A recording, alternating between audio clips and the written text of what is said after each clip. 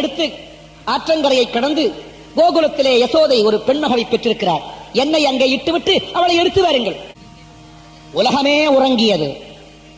கை விலங்குகள் தானாக தெரித்தன. குருஜி முடியுமா? சும்மா ரயில் விடாதீங்க. கை விலங்காவது தெரிக்கிறதாவது நீங்க பாத்திருக்கீங்களா? சொல்றேன், பாத்திருக்கேன். அண்டரண்ட பருந்துன்னு ஒரு பருந்து இருக்கு. வழி சொல்லித்தரேன். இந்த பருந்துக்கு பேரு அண்டரண்ட பருந்து. மூக்கு கருப்பாக இருக்கும், கழுத்து நீளமாக இருக்கும், ரக்கைகள் மஞ்சளா இருக்கும், உடம்பு வெள்ளையா இருக்கும்.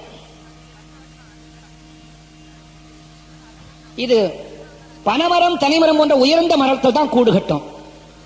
ஒரே ஒரு மூட்டை தான் இடம். அந்த குஞ்ச ஜாக்கிரதையா காப்பாற்றும். ஒரு ஆட்டுக்கடாவை முழு பெரிய செம்மறி ஆட்டை தூக்கி கொண்டு போற அளவுக்கு அவ்வளவு பெரிய பருந்து. பண்டைய காலத்தில் கன்னம் வைக்கிறவர்கள் திருடவர்களுக்கெல்லாம் என்ன பண்ணுவாங்கன்னா, காட்டுல இந்த அண்டரண்ட பருந்து, அண்டரண்ட பட்சி எங்க கூடு கட்டிருக்கோ அங்க போய் அந்த கூட்டுல உள்ள அந்த குஞ்சு கால்ல ஒரு இரும்பு சங்கிலியை போட்டு கட்டிடுவாங்க. அந்த பருந்துக்கு தெரியும் அந்த வேர். குழந்தை காலில் இரும்பு சங்கிலிக்கு ஓடி போய் அந்த வேரை கொண்டு வந்து அது மேல வைக்கும். வச்ச உடனே அந்த விலங்கு தரிக்கும். பருந்து என்ன பண்ணும்? குட்டியை தூக்கின்னு போயிடும். ஆனா இந்த வேர் இந்த கூண்டோட கூண்டா கலந்துடும். எப்படி கண்டுபிடிக்கிறது? திருடனை என்ன பண்ணுவாங்க, அதை கொண்டு வந்து ஓடுகின்ற நீரில பிச்சு போடுவான். இந்த ஒரு வேர் மட்டும் எடுத்து வரும். அதை எடுத்துக்குவான்.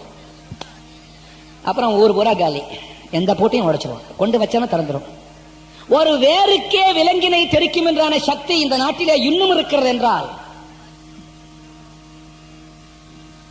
இந்த வேரையும் இதையும் படைத்த இறைவனால் முடியாது ஒன்று உண்டா?